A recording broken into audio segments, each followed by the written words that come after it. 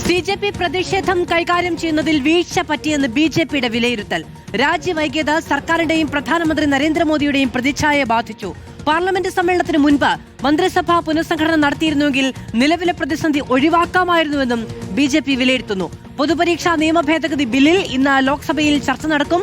സഹകരിക്കാമെന്ന് സ്പീക്കറോട് പ്രതിപക്ഷം അറിയിച്ചിട്ടുണ്ട്. 6 മണിക്കൂർ നീളുന്ന ചർച്ചയിൽ പ്രധാനമന്ത്രി മറുപടി നൽകിയേക്കും. ലോക്സഭ ചേരുന്നതിന് മുന്നോടിയായുള്ള NDA പാർട്ടി യോഗം ആരംഭിച്ചിരിക്കുന്നു. നോബൽ മാരിക്കാരൻ വിവരങ്ങളുമായി ചേരുകയാണ്. നോബൽ, മാക്സിമം ഡാമേജ് ഉണ്ടാകുന്നത് വരെ വെച്ചു താമസിപ്പിച്ചു എന്നത് തന്നെയാണ് BJPയും വിലയിരുത്തുന്നത്.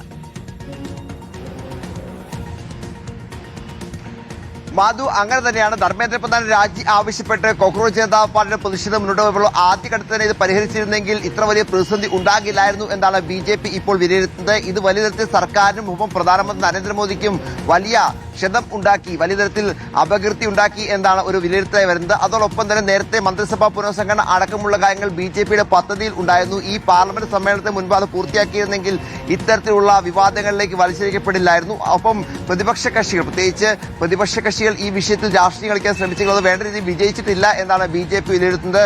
യുവാക്കളുടെ കാര്യങ്ങൾ കേൾക്കാനും അത് പരിഹരിക്കാനും പ്രത്യേക ഒരു ക്യാമ്പയിൻ തന്നെ ആരംഭിക്കാനും BJP ഇപ്പോൾ തീരുമാനിച്ചിട്ടുണ്ട്. ഒപ്പം BJPയുടെ സമൂഹ മാധ്യമ അക്കൗണ്ടുകളുടെ സാഹചര്യം കൃത്യമായി നിരീക്ഷിച്ചുകൊണ്ട് ആവശ്യമായ മാറ്റങ്ങൾ വേണമെങ്കിൽ വരുത്താനുള്ള നിർദ്ദേശം ഇപ്പോൾ ഇതുമായി ബന്ധപ്പെട്ട് പ്രധാനമന്ത്രി നേരിട്ട് നൽകി എന്നാണ് അറിയാൻ കഴിയുന്നത്. എന്താണെങ്കിലും ഈ വിഷയം, പ്രത്യേകിച്ച് ഈ ധർമ്മേന്ദ്ര പ്രധാൻ രാജി എന്ന വിഷയത്തിൽ ഊന്നിക്കൊണ്ട് വലിയ പ്രക്ഷോഭം നടന്നപ്പോൾ അത് മുൻകൂട്ടി കണ്ടുകൊണ്ട് വേണ്ട രീതിയിൽ ചെറുക്കാനുള്ള നടപടികൾ ഉണ്ടായില്ല എന്നടക്കമുള്ള വിമർശനങ്ങളാണ്. RSSനും ഇതിൽ വലിയ അതൃപ്തി ഉണ്ട്. നേരത്തെ തന്നെ റിപ്പോർട്ടുകൾ പുറത്തേക്ക് വന്നതാണ്. എന്നാലും BJPക്കകത്ത് ഒരു പക്ഷം ഇപ്പോൾ ഈ വിഷയം നേരത്തെ പരിഹരിച്ചതെങ്കിൽ ഇപ്പോൾ ഉണ്ടായിരുന്ന ഈ വലിയ ഡാമേജ് ഒഴിവാക്കാൻ കഴിയും എന്ന പ്രതീക്ഷയാണ് പങ്കുവയ്ക്കുന്നത്. അതോടൊപ്പം തന്നെ ഇപ്പോൾ പാർലമെന്റിൽ പരീക്ഷാ ക്രമക്കേട് തടയാനുള്ള ബില്ല് എത്തുകയാണ്. ഈ ബില്ലിൽ ചർച്ച ചെയ്ത് 12 മണിക്ക് ആരംഭിക്കുമെന്ന് നമ്മൾ മനസ്സിലാക്കുന്നു. രാവിലെ പ്രതിപക്ഷ കക്ഷികൾ ഇപ്പോൾ എന്താണെങ്കിലും ഇന്ത്യ സഖ്യത്തിൽ യോഗം നടക്കുന്നു. ഒപ്പം NDA പാർലമെന്ററി പാർട്ടി യോഗം നടക്കുന്നു. ഇപ്പോൾ ചർച്ചയിൽ പ്രധാനപ്പെട്ട നേതാക്കൾ എല്ലാം സംസാരിക്കും എന്നാണ്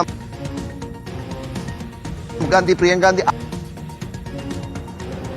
നോബൽ മാരിക്കാരനാണ് വിവരങ്ങൾ നൽകിക്കൊണ്ടിരിക്കുന്നത്. ഇന്നെന്തായാലും പാർലമെന്റിൽ ബില്ലിൽ ചർച്ചയാകാം എന്ന നിലപാട് പ്രതിപക്ഷവും സ്വീകരിച്ചിരിക്കുന്നു എന്നാണ് സ്പീക്കറെ ഇത് സംബന്ധിച്ചുള്ള വിവരങ്ങൾ അറിയിച്ചിട്ടുമുണ്ട്.